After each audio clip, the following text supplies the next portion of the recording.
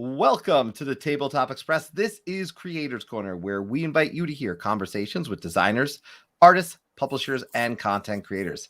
My name is Chris Barrows, and my guest today is Mike Gnade of Rock Manor Games.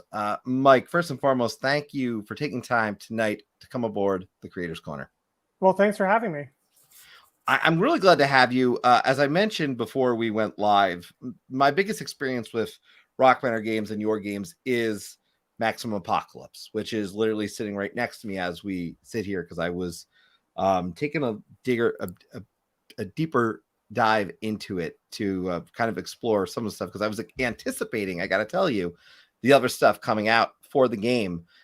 But I'm excited to have you on here because you've also got something on Kickstarter, which is in a little bit of a different realm than you've gone before. But before I'm allowed to ask you any of those questions, I have to ask you something very important.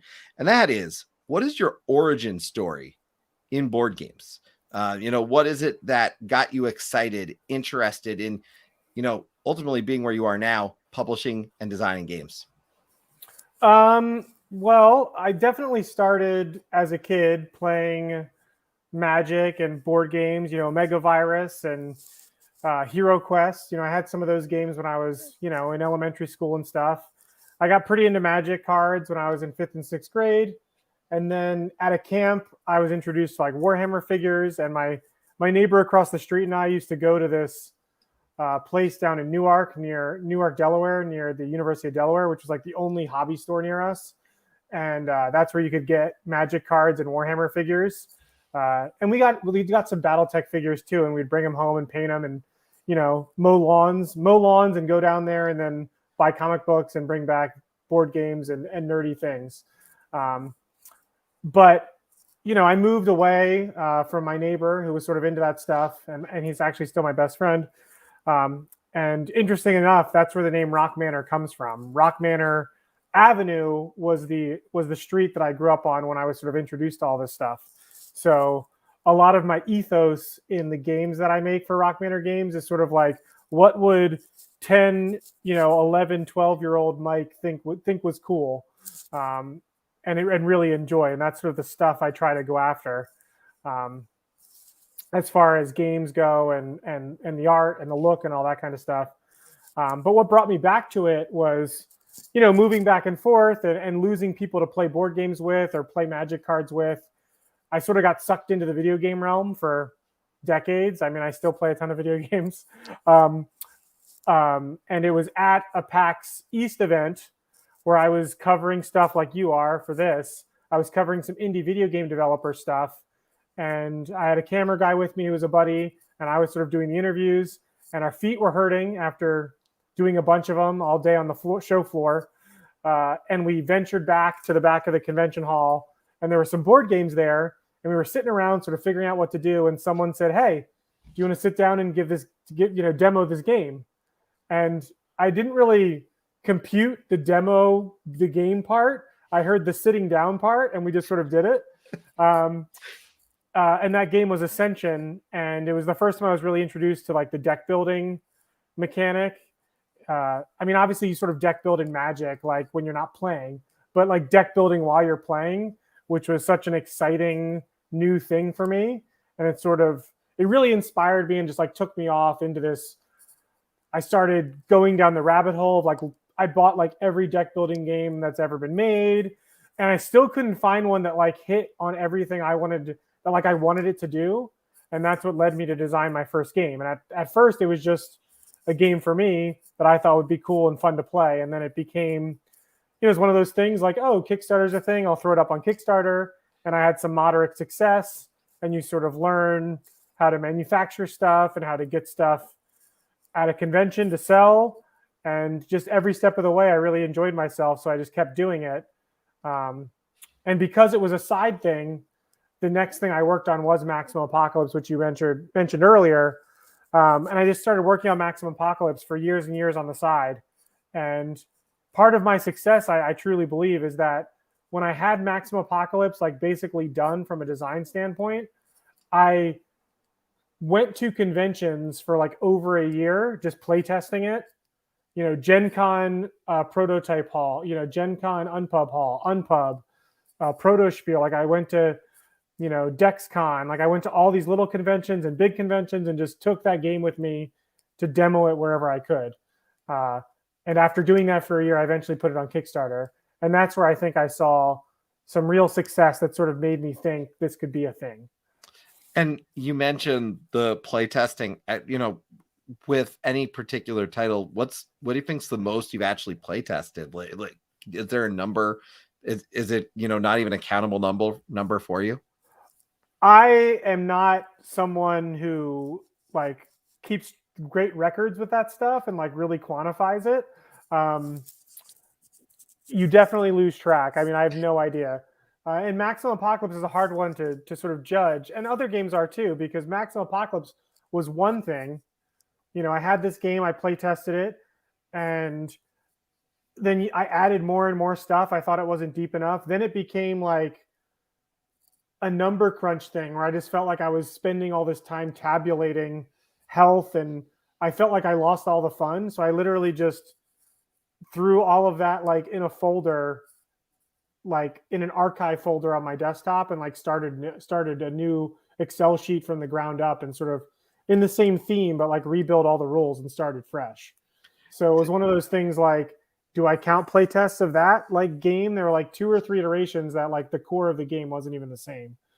And it's interesting because with a game like that, from a design perspective, what I think is a very, I think it's respected, but I think it's, people don't realize how challenging one particular aspect is, which is when you're thinking about it, you in particular in Maximum Apocalypse, you've got a variety of characters, especially through the Kickstarter, more were being added, and they all have a unique set of cards. So designing and balancing those cards, I mean, playtesting, I'm imagining, was critical to making sure those characters felt correct. Oh yeah, I mean, characters are usually one of the things I do first, actually, because I mean, one, it's what the player uses, and it's one of those things like when you watch people play test it, you can see really broken things because they're playing the character, and you can put a new character in an old, in a normal game of Max Apocalypse and see how they sort of work quickly. But to give you some perspective, the Wasted Wilds Kickstarter, which happened like last year, Yep. and that game will probably come out sometime this year. The 4 core characters that the Kickstarter has, I had those as, I actually may have, I wonder if I've re-sleeved them. No, but look. So I actually have them. I have deck boxes and sleeved. These were play tested. These decks were play tested at PAX East 2019. Just to give some perspective, like when people would come and play, sometimes someone who's a Maximum Apocalypse fan will bring 3 of their friends and say, "Oh, I've got this game. We got to demo this. Like you got to check this out." And when I hear that, I'll tell the new person, "Hey, you want to try something new? Like if you have the game, thanks for being a fan. You want to try something new since I don't have to explain the rules to you?" So I'd give them, "Well, what do you mean new?" And it's like, "Oh, I've got this driver character," and I would just let them. I would just demo it at a huge con, and I would have these things sort of on the side, and that's how I would bring new characters in. I mean, that's how I start playtesting them. I literally, when Gothic Horrors was coming out, I was sort of playtesting some of the first characters. And No, I love it, and it's interesting. I was talking about this a little bit before when we opened. You've got a wide variety of type of games that you've published. We'll get into Seas of Havoc in just a moment, but I want to point out that, I mean, you've got from Rockbender Games things like Set a Rock, Lawyer Up, Set a Rock, Set a Watch. I don't know what setting a rock would be. Set a Watch, and of course, Lawyer Up. All really different games. I mean, I was fascinated. I have not had a chance to play Lawyer Up, but I was just fascinated by that idea of Lawyer Up and playing the prosecution versus defense. I had not particularly seen that, and it was not something I was aware of in the space. And then when it comes down to it, Set a Watch, I saw on the list for just being a great game to soul the other day. We got Ryan Clements in the comments, by the way, saying Brass Empire with a big exclamation mark there. So when it comes down to it, a wide variety. When it comes to thinking about the games you want to put out, what is going through your head in terms of what fits Rock Manor? Well, I mentioned earlier that I try to think of something that, younger me would think was cool. So that is sort of like my guiding light as far as, or it has become it. I'll say this, when I started, I was just using Rock Manor Games to make my own games. And then Set a Watch was a local Philly designer named Todd Walsh. We're in this Game Makers Guild of Philadelphia, which before coronavirus times would meet twice a month to play test each other's games. There's a bunch of other designers and or just, people who are really interested in board games who want to play new games who get together to play test and help each other out. And I played Set a Watch there and it just grabbed me and it was like really, really cool. And after playing it once and then Todd brought it back, months later, I said, "What are you doing with this game, man? This is so much fun. Like, it's so sick." And he's like, "I don't know why. Do you want to publish it or something?" And I was like, "Sure, like, let's do it." So that's how I got into like publishing other people's games. It's just from being involved in the community and talking to people and finding stuff that I liked. But as we've gone on, I'm trying to solidify exactly what a Rock Manor game is. And I think the things that encompass a Rock Manor game are, number one, something that's important to me when I play a game is I want something to be thematic and immersive.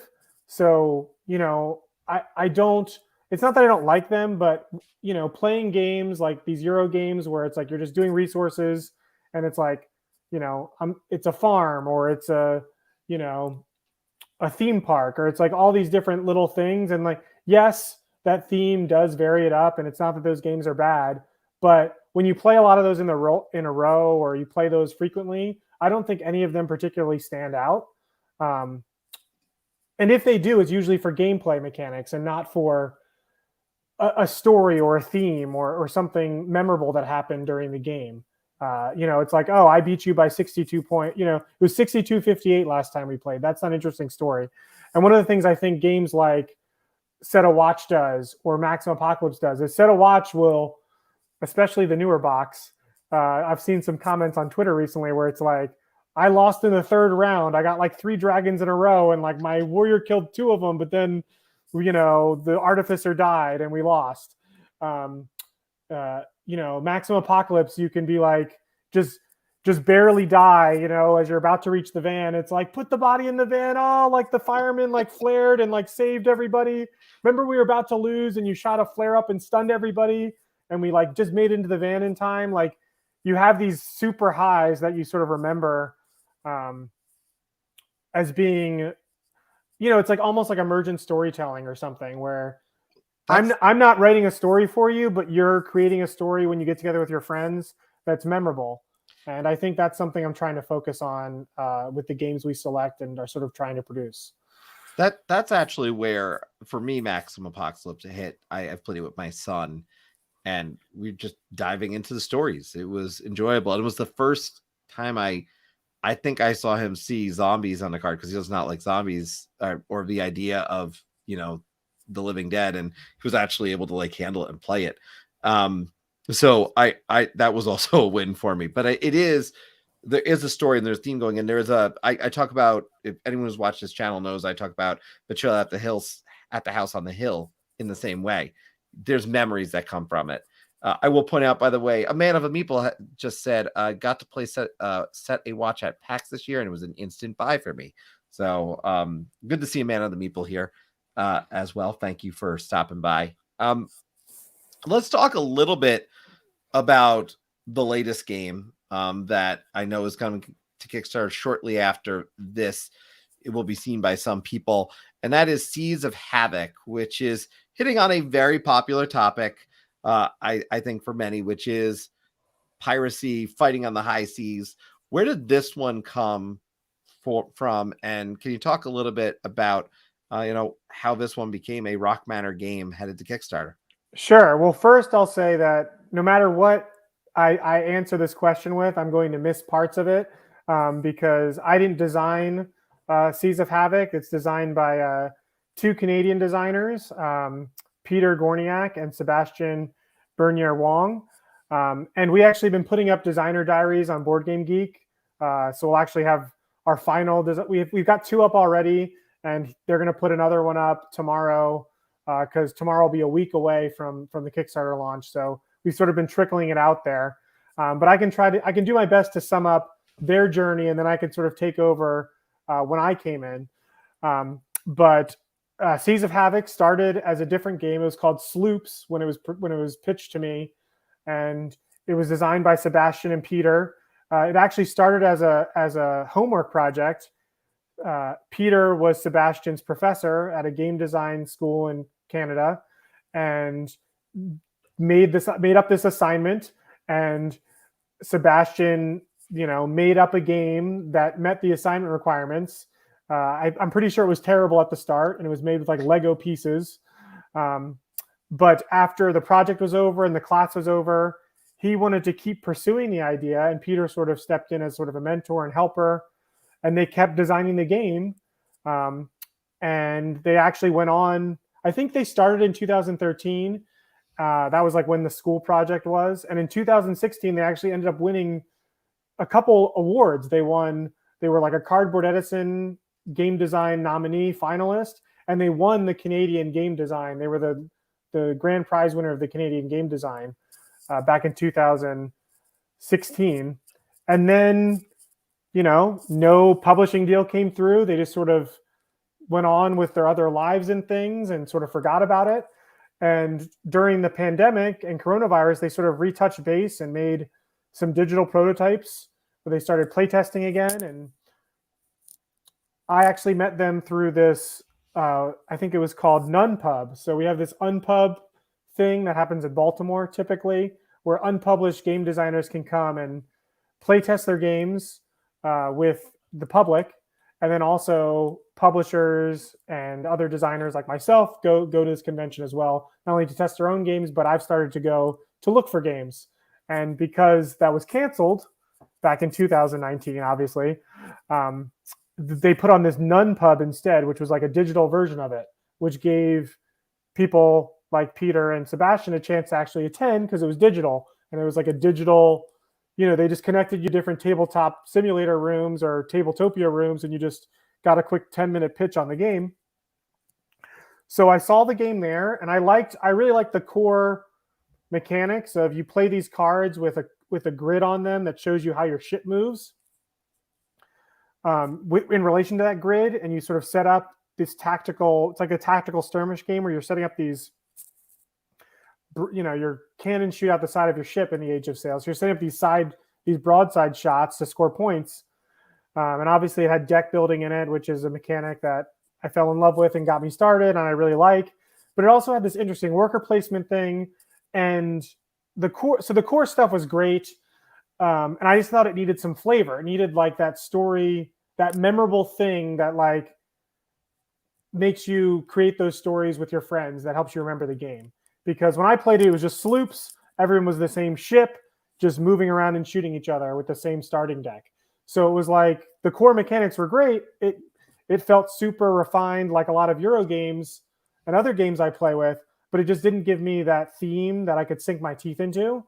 So when I signed them, I told them, I was like, listen, I don't have a lot of changes to the core game, but I want to be a ship captain. I want to be a pirate, a privateer, whatever it is. It doesn't have to be Age of Sail, but obviously that's sort of what you presented, and I'm fine with that theme. We don't have a pirate game, but I want to be, a merchant ship. I want to be Blackbeard. I want to be, a pirate with a bird on my shoulder and like a crazy ship where I'm blasting away people. I want to be, ex-admiral from the, European Navy who's, pirating stuff to sort of wage my war against piracy my own way or whatever. I wanted some of that feeling. And lucky for me, they were more than willing to work with my ideas and sort of incorporate this idea of bringing some asymmetry and like character roles and player powers to the game. Yeah, and it's interesting. I'll share, I know for those who are listening to the audio side, you won't be able to see it, so I will try to describe it. But on the video side, so for people to see here, this is actually the Board Game Geek Diaries, and it's really cool because what we're able to see is you're right. It's these early ideations from like 2013 where there's like white poker chips are depicting currents, and there's pawns, and there's like playing cards, and it's neat because as you go through this, you start to see the story come through. So much like you want a story, the story on these diaries is really nice to see. So I'm going to recommend people certainly go to check this out on Board Game Geek and read these diaries, because it's a neat story.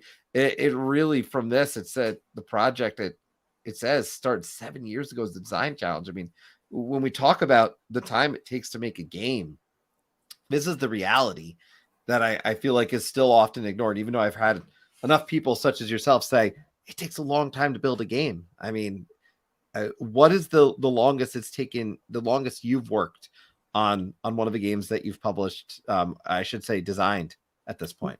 Yeah, well, first off, I would like to say that the guys behind Seas of Havoc, like Sebastian and Peter, their record keeping and like photo logging with that is like way better than mine. Like I couldn't even, I could like maybe show like 2 pictures of prototypes, like, but they go back and have like everything. Well, like so they had pictures and they have videos. They had like they have great documentation of like their journey.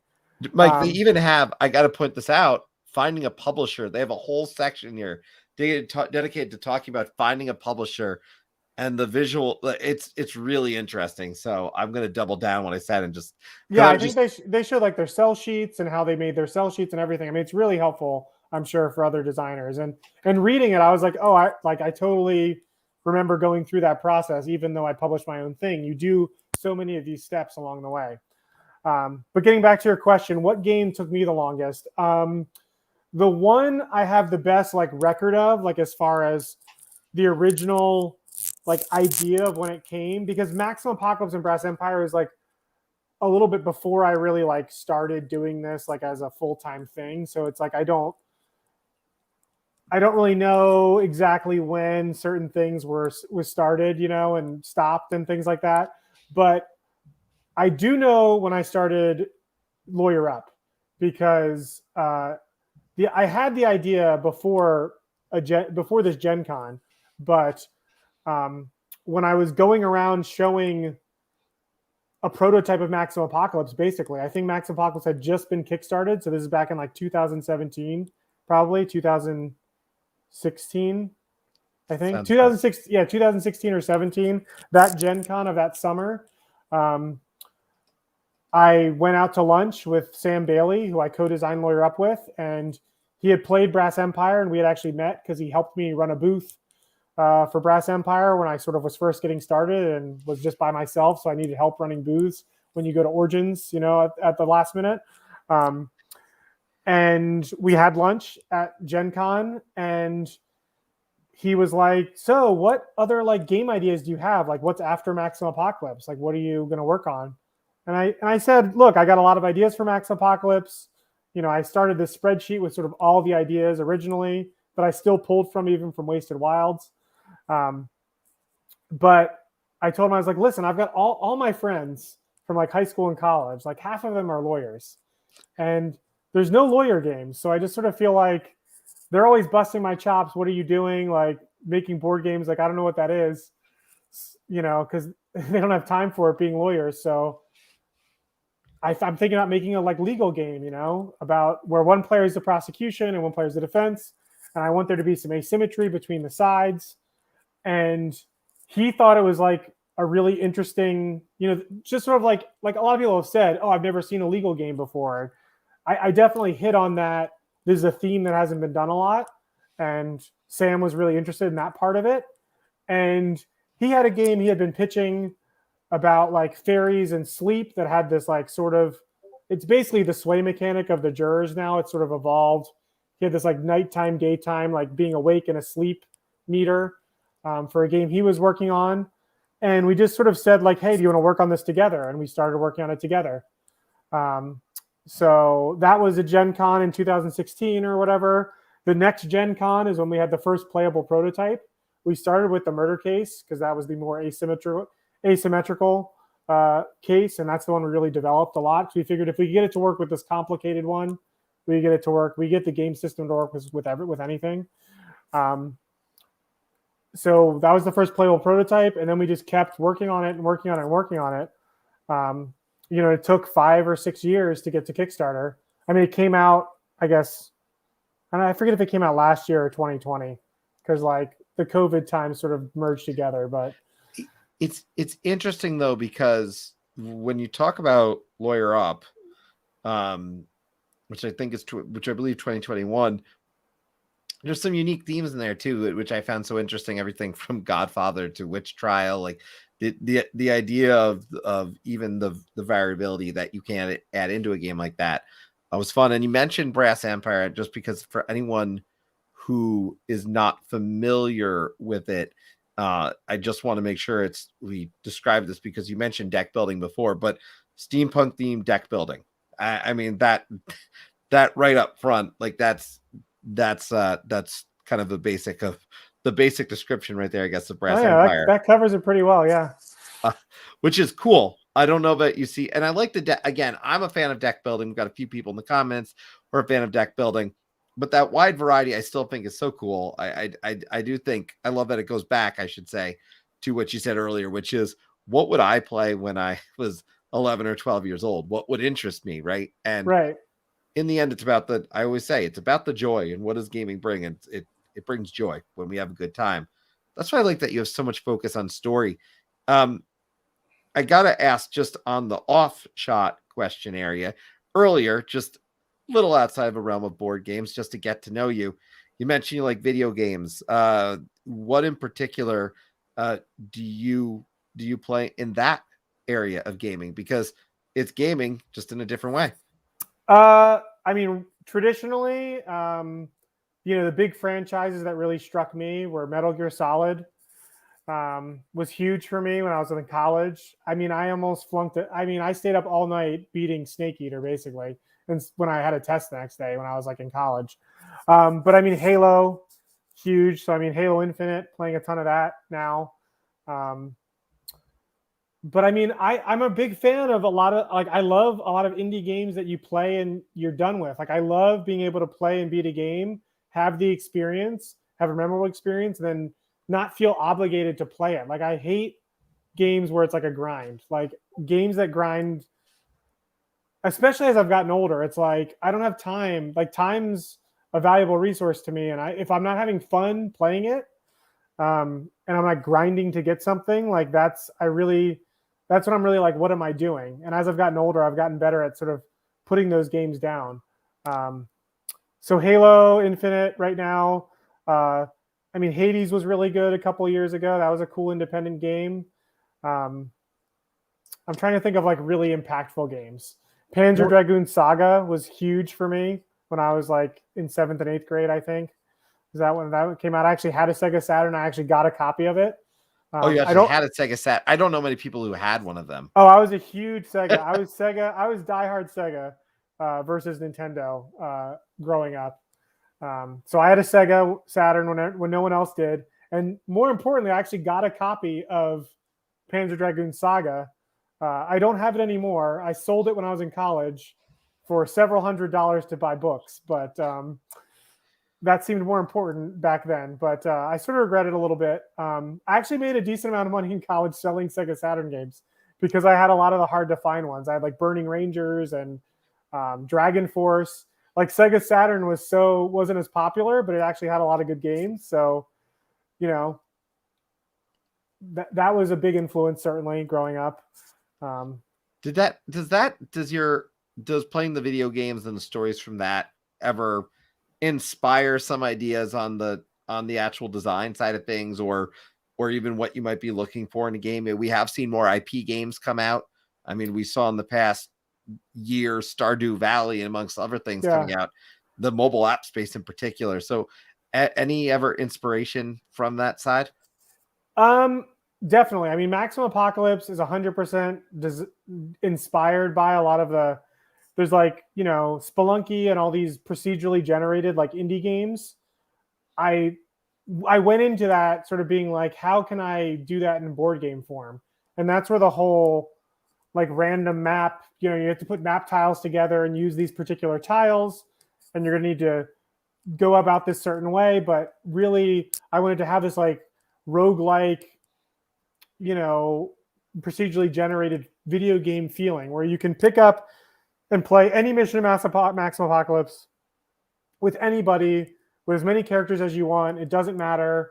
And you can sort of play it however you want. And there's a ton of variability, and you can pick and play it. So you're sort of always having fun because you're not grinding any particular thing. So that was definitely a huge inspiration for Maximum Apocalypse. I mean, I play a bunch of video games and grew up on them, so I'm sure they influence other game design decisions. Certainly, I think aesthetically and thematically, I'm certainly inspired by video games a lot.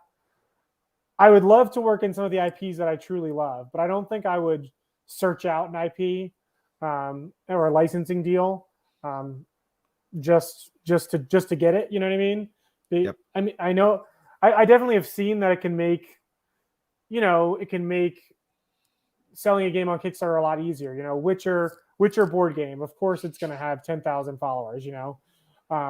Skyrim had the same thing. I just watching Skyrim, like that game blow up, and it is insane what the IP games can do. But I like. But I would need something like more off kilter. You know, like I would need something that I really, really love. Like Metal Gear Solid. I know that board game fell through, but like when that came out, I had a bunch of ideas and instantly spring. Like I would love to do a game like that. You know, I know for Lawyer Up, especially, like we get fans saying all the time, you know, Ace Attorney, you know, Phoenix Wright, like there should be a Phoenix Wright game. And Sam and I have talked about how we could totally make a Phoenix Wright, like Lawyer Up box or a Phoenix Wright case. So Capcom, if you're listening, send me an email because we would love to do it.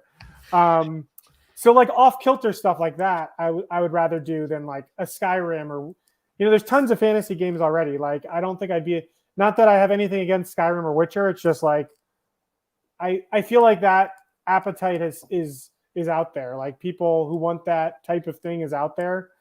You know, I'd love to do weird stuff like, you know, Blade Runner or something, you know?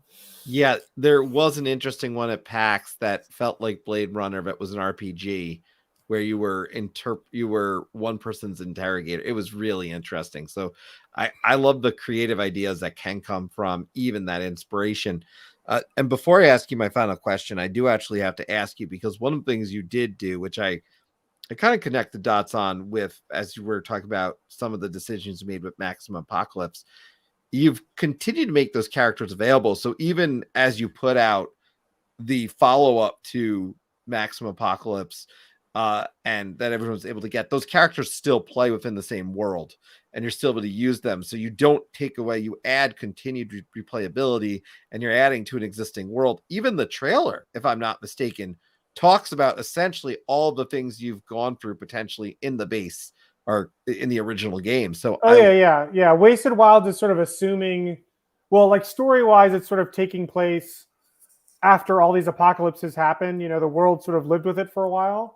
And, you know, groups of survivors like you've been, if you played the game before like you've been, or if you're coming to the game as a new player, you know, you're in a new group of survivors. But these groups of survivors have sort of become their own tribes in Wasted Wild. So one of the new mechanics is, instead of just having monsters you're fighting, you can encounter sort of humans and people or NPCs, however you want to think about them. And they're usually aggressive to you and fight you, but there are ways to manipulate them and work with them instead of, not everyone's out to get you as much in Wasted Wilds. We have other mechanics for players to deal with when it comes to like weather and exposure to the elements and things like that. So we've done our best to incorporate all the mechanics and sort of themes we've had going on. I mean, the only thing I'm disappointed with in Wasted Wilds so far is, you know, that it's taking me longer than I thought it would. But I'm really proud of it. I mean, I think it's one of my best games so far. And obviously it has a very special place in my heart, sort of as the game that launched me into the board games success sphere, where you could sort of, you know, not go bankrupt making like your own personal side project games. So, you know, I definitely want to, you know, I've done crazy things. Like during the Kickstarter, I rewrote every single mission that had been in every set of Maximum Apocalypse thus far to make it completely compatible with the new scavenge decks, the new tiles, and like any changes, if you want to play with the exposure decks, like anything that's been released since, like there's a supplemental book where you can play like all 21 of those missions or whatever, in the new box basically. And yeah, obviously characters, it's very important to me that if you want to be the fireman in Wasted Wilds, and if you have the fireman deck, you can play the fireman. I love though that it's taking that feedback and listening. Speaking of listening, I do have a question that came in that I want to ask. We have a question: does theme or game mechanic weigh heavier when looking for new games to publish? And have you, or do you ever go looking for games because you do want to add a specific theme? I have not gone anywhere looking for a particular theme. None of the games I've published, I've been like, oh, we need a fantasy game, like Set a Watch. We need a pirate game, Sloops, I would say that, mechanics and theme are heavily tied together for me personally. We didn't change the theme of Sloop Seas of Havoc because I liked the theme. I just wanted more of it, really, but I like the idea of having boats that move awkwardly and, on a map and everything. And I think having the theme informs so many of the mechanics. Lawyer Up, we knew it was going to be a Lawyer Up game from the beginning. It wouldn't have worked and the mechanics wouldn't have made sense if it wasn't. Same thing with Maximum Apocalypse. Like, I pick a character and you'll notice that the characters are all named after a profession, like what a profession would be sort of before the apocalypse happened, because that informs what cards are in their deck. I'm like, what would a fireman have in the apocalypse? What's useful if you're a fireman? Putting out fires isn't useful. What is useful is fireproof equipment, like a hatchet, and like this other stuff, So I would say theme and mechanics are very heavily tied together. So I like to see the theme make sense for a game I'm playing. I don't like playing, and I've seen other publishers do it where they go to an Nun Pub and they play a game and they're like, oh, this was a great like tavern economy game, but like, let's make it hotels, or let's make it you're managing a restaurant. Like, they completely change it. And there's nothing wrong with that. It's just, I probably wouldn't even see, like, I can't see that. Right. I did have a really good question that came in that basically asks that Danielle basically knows that she basically knows that your games tend to be solo friendly games. And is that an important aspect for you when choosing games to publish? And I would say, I guess, design as well.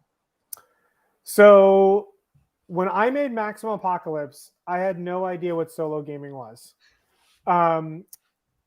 But during the Kickstarter, I knew enough to put in, like, if you want to play this game solo, like, pick two characters and like you can control both of them this way and this will work. And unbeknownst to me, like, I think Maximum Apocalypse was sort of more popular in the solo gaming community than I would have sort of imagined. And I do think cooperative games are inherently more solo friendly than like a lot of competitive games. So I did sort of learn about it throughout the process, and I knew it was a thing. And then as it's become more popular and more prominent, I've done my best to support it along the way. So things like when I did an expansion to Brass Empire, the first expansion for a game I did was for my first game, Brass Empire, and we made a bunch of solo like enemy cards where they're like different machinations and automations with different sort of AI solo rules. Because Max Apocalypse is a deck builder, so it's more about how your opponent's building their deck or what they're doing to win. And they emulate these solo cards have different ways that you have to beat them, and you have to sort of build your deck and strategize different ways. So I had that in my expansion. And then Set a Watch was another cooperative game, which, again, I always approach it as a cooperative game first, but that game is super popular for people to play as all four characters and just solo the whole thing. Because you don't even have decks of cards. Unlike Maximum Apocalypse, you're not drawing cards and don't have hands of cards to manage. So once you set it up on the table, like as far as the actual physical bits of manipulating it, it's very solo friendly. So I think seeing those things, I've done my best to support solo when it makes sense along the way. Certainly with Seas of Havoc, that was something I talked to the designers about, and I certainly helped them develop a solo mode, which I actually think is pretty cool because you're fighting ghost ships, and That we is neat. have. This is one of the first times I think we've actually created like a solo module. You have a deck of solo cards where you draw them, and they, no matter what phase it is, the card defines what the robot, the opponent, sort of the robot opponent does. So it tells you where their skiffs go, or what their ship's going to do, how their ship's going to maneuver. Um, and based on the resources they have, they sort of can make different decisions. So the more resources they have, the more mobile they are. And they always shoot you. So if they can line up a shot, they always shoot you. So it's, you have to sort of stay out of their way and predict where they're going to go. It sounds like you're still designing then in a lot of ways for the main functionality of the game. But as someone asked, is there, what's the balance to designing a game for solo play? Just to combine that question, I guess, are you designing then always with solo in mind now, that this could work with solo, or is solo something you tackle after the fact? It depends. So, one of our less successful solo experiences, or things that we get some guff for, is Lawyer Up was always about being prosecution versus defense, an asymmetry. So we did sort of tackle the solo mode, not after the fact, not after the game was out, but near the end of the development process. I actually even tried to get David, I don't know how to pronounce his last name, but Turcia. I actually messaged him on Facebook about doing a solo mode for Lawyer Up, and he was like, I can't do this. But we did make a solo mode, but we felt like it only really worked with the art forgery case because the murder case is so asymmetrical. It's like, how can you write the AI act completely different? Instead of winning witnesses and like fighting over jury members, they need to try to lock up witnesses if they're the prosecution. I mean, I would love for I think we were actually hoping that we would give these solo rules for the art forgery case, and that players would be more ambitious in testing our solo rules with other cases instead of taking us. Like, we basically said, listen, we only recommend this for the art forgery case. And we were hoping that some people would say, recommended just means it's recommended. I'd like to try it with the other cases. And I was actually hoping to get a lot more feedback on what worked and didn't work when you're playing against an AI opponent that's the prosecution in the murder case or the prosecution in the witch trial. But instead, I felt like we just sort of got people complaining that solo only was for the art forgery case. So if you're out there and you're one of those people, please try the solo mode, the solo rules for the other cases, and let us know how it works, because there's things I think could work, and we want to keep developing that and expanding it. And whether that's creating sort of different personalities for different cases, like different AI personalities to react to the differences in cases. I think we need to have a better understanding of how the core solo mode works in other cases before we can make those decisions.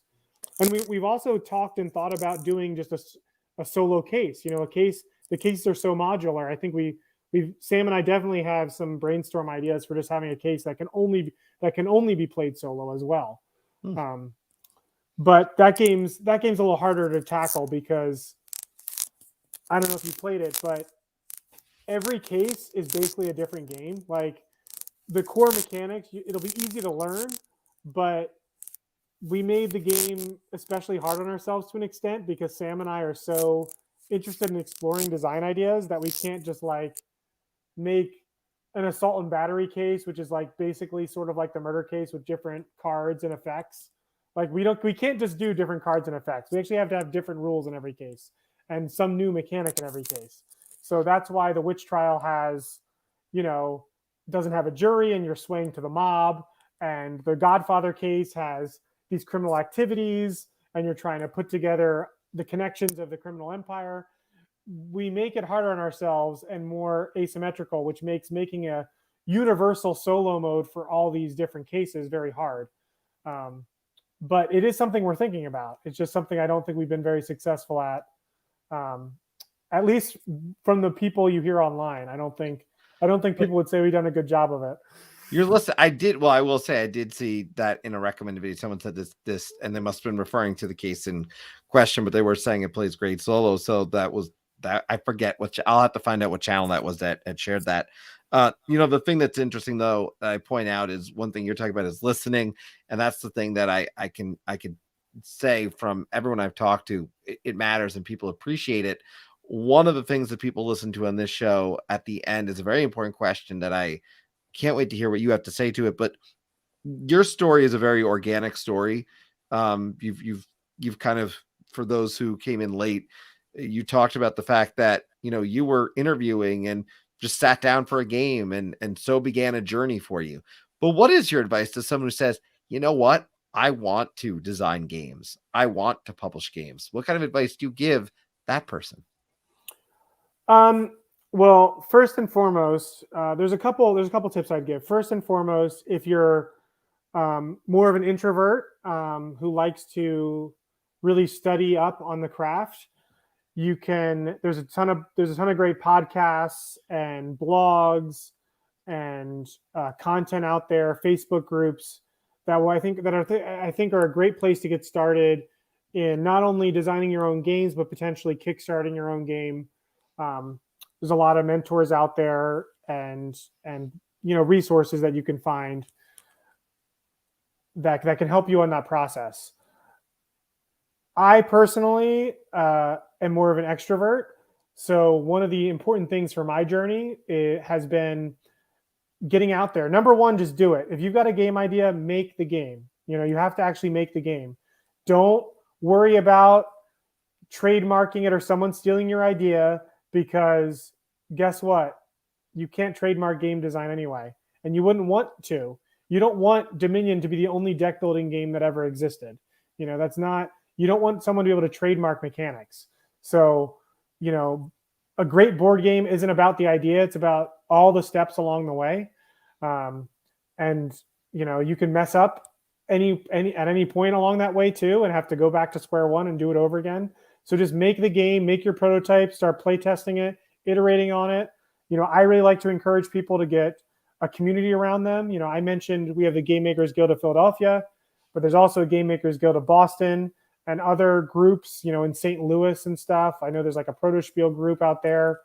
I'm pretty sure Keith up in Wisconsin with Thunderworks Games has a group of people that get together and play test stuff. So get out there and play test stuff. And iterate on your game idea.